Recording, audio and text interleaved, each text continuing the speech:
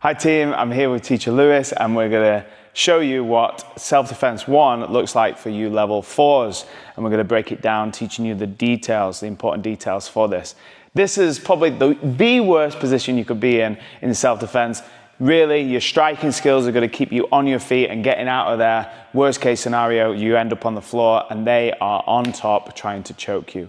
So we have to get out of this quick. How are we going to do it? Let's show you. So fast, this is what it looks like. From here, we're going to be trapping and rolling. We're going to roll over, we're going to pop up, and then Lewis puts his feet on my hips. I'm going to pass him knee to belly. So this is what it looks like.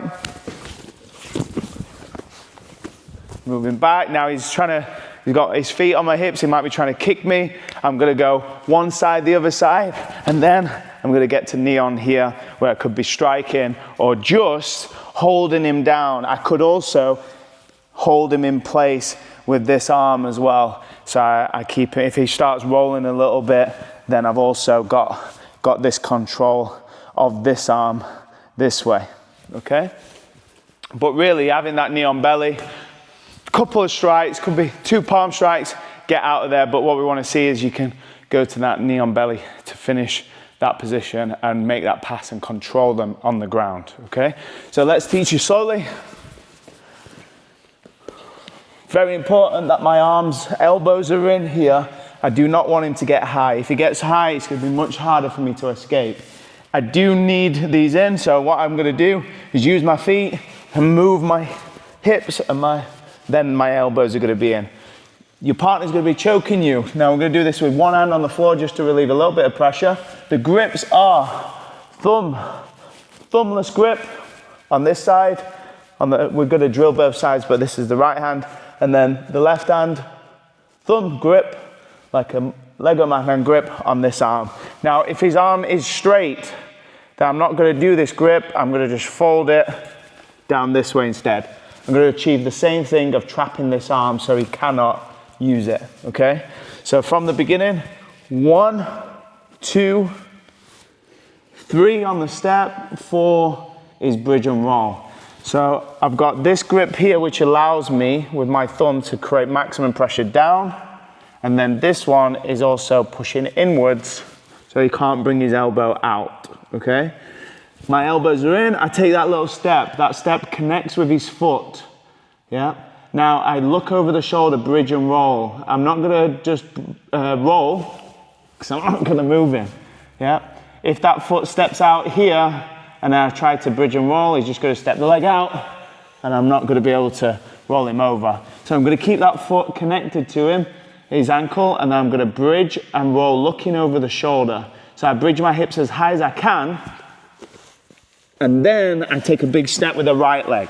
Now from here, I could be here, and then I'm gonna put my hands on his hips, extend my arms, lean forwards, and then pop up with one foot on the inside, with the knee pointing forwards, yeah? And then moving back. Then he tries to put the feet on, yeah? From there, I'm gonna grab his feet, and then we're gonna go 1, 2, and then we're gonna throw them to one side. So 1, 2, throw them to the other side, because if I just try and throw them to one side, he might resist there, but if I start getting it going, where 1, 2, throw, then I'm gonna be able to pass. Now when I pass, my foot's gonna go out and then into his hip to stop him getting his leg back in this way and trying to get his foot on the hip again or turning.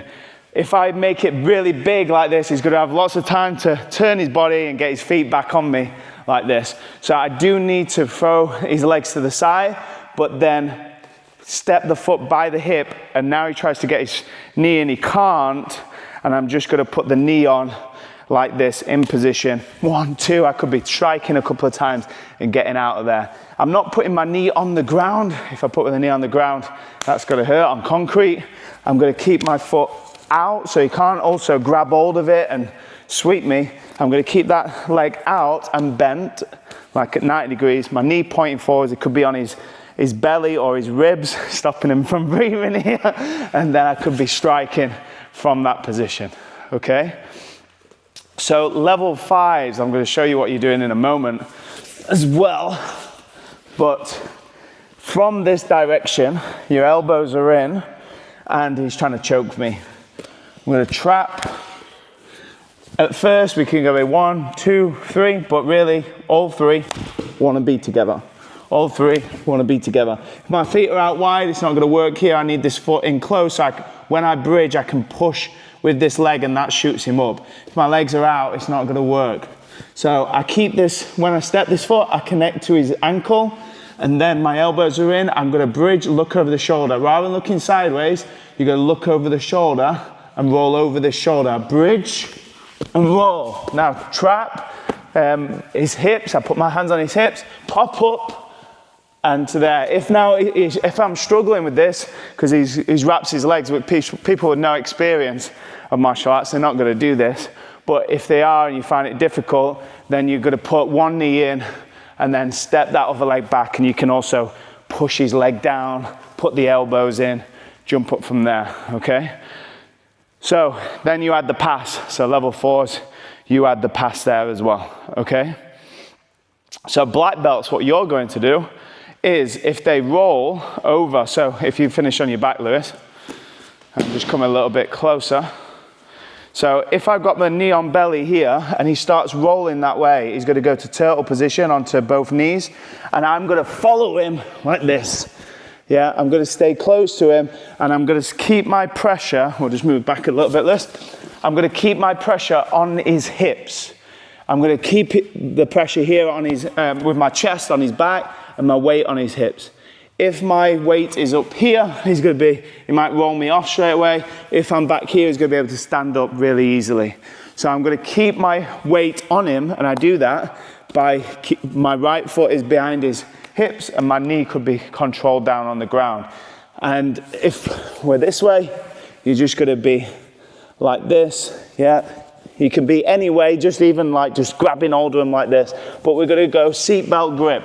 So the seatbelt grip, we're going to have the one over the shoulder and then grabbing the other hand just like this, yeah? So a seatbelt, just like a seatbelt, goes over his shoulder towards his hip, and you're going to keep control there. You can keep the head in.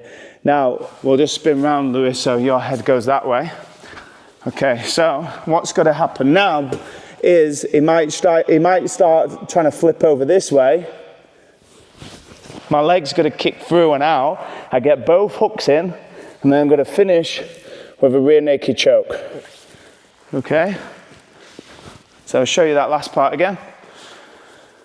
So what my leg's going to do is just slide across the ground and then in.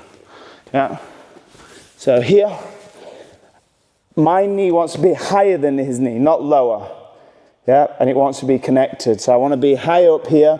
He might end up just trying to roll me that way anyway and get on his back, which makes it a bit easier. I get both hooks in, and then I finish with the choke. Okay?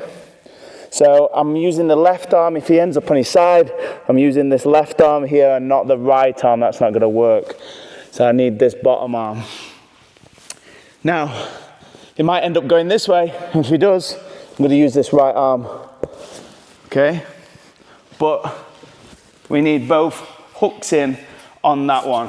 And with your knee being higher, you're just going to slide this foot out and in. If you try and lift it up, you're going to end up kicking their leg and you won't get your leg out. So bring it across the floor and then hook it in, okay? So that's level 4 and 5, self-defense 1. Thought I may as well just add that in, Lewis. Yeah, that's cool.